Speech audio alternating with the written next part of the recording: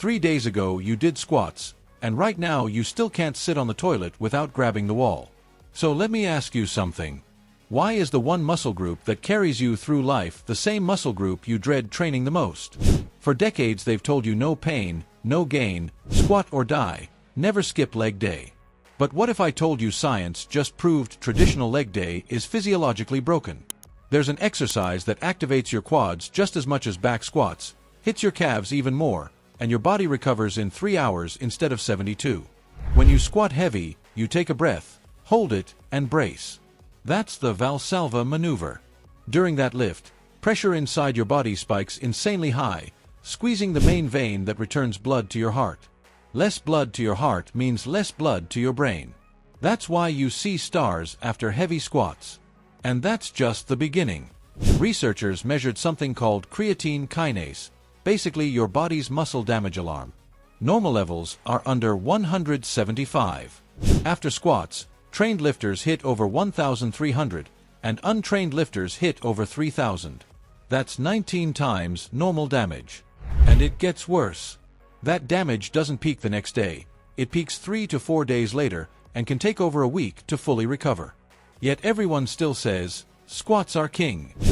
Here's the problem. When both legs work together, each leg actually produces less force than if it worked alone. Leg day makes you dizzy, spikes muscle damage, and your muscles don't even fire as hard as they could. But here's where it gets good. Researchers had trained lifters do heavy sled pushes, 75% of body weight. Same muscle activation. Same intensity. But zero muscle damage. Instead of 72 hours to recover, they were fully recovered in 3 hours. And unlike squats, there's no spinal load. Your lower back barely works. Here's how you do it. Grab the sled handles, arms almost straight. Lean forward like you're about to sprint, about 45 degrees. Weight on the balls of your feet.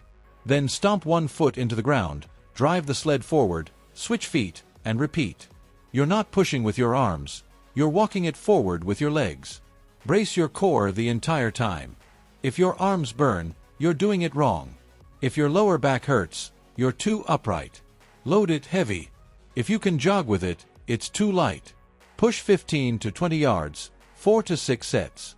And if you don't have a sled, incline walking, high resistance cycling, or 10 minutes of hill sprints. Same muscle growth, way less damage, faster recovery. Train legs 3 to 4 times per week, because now you actually can. That's how you build legs without destroying your body.